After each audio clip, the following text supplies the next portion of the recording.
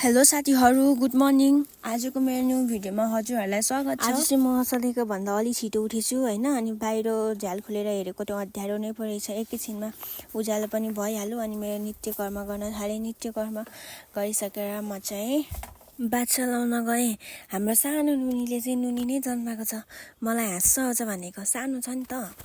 हेर्न सक्नुहुन्छ साथीहरु, अनि मलाई दुध दिने मेरो प्यारो गाई सानो दुध दुन सुरु नै गरेको छैन। मेरो गाईको चाहिँ फेरि किक सुरु भइहाल्छ के, खच्चै किक भन्छ त फेरि मेरो गाईले त।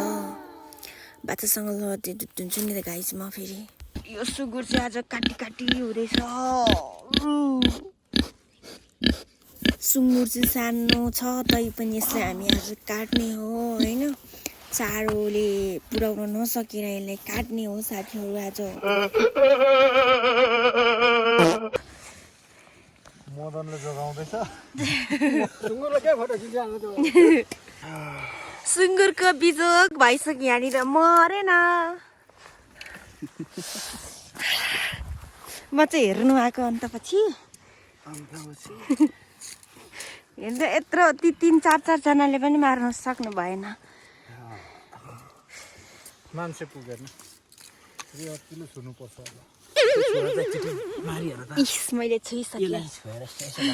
हो तरिका बिचरा यस्तो पाप हुन्छ त। यसको मासु चाहिँ मिठो हुन्छ है त, फेरि चँचेको मासु।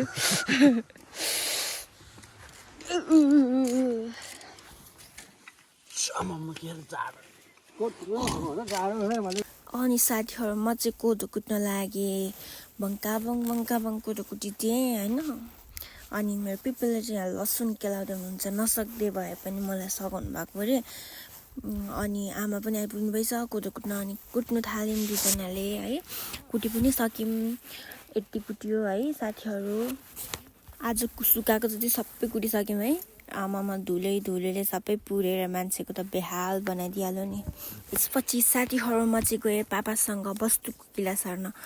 अनि सार्यौँ किला हामीले। हेर त नुनी नै जन्माएको कति राम्री छ। आँखा चाहिँ नलागोस् कसैलाई पनि। यसलाई चाहिँ म धुन्छु। यसको बाछा यसरी छुइदिनु पर्छ होइन। गरे त्यसको आमाले बल गर्छ यस्तरी, बल गर्छ यस्तरी, यस्तो छुनुपर्छ गरेर त्यस्तै। भिडियोलाई अन्तिमसम्म हेरेर साथ दिनुभएकोमा धेरै धेरै धन्यवाद। अनि बाइ बाइ साथीहरु। अब अर्को भिडियो लिएर भेट्नेछु भन्दै बाचाका साथ टाटा साथीहरु।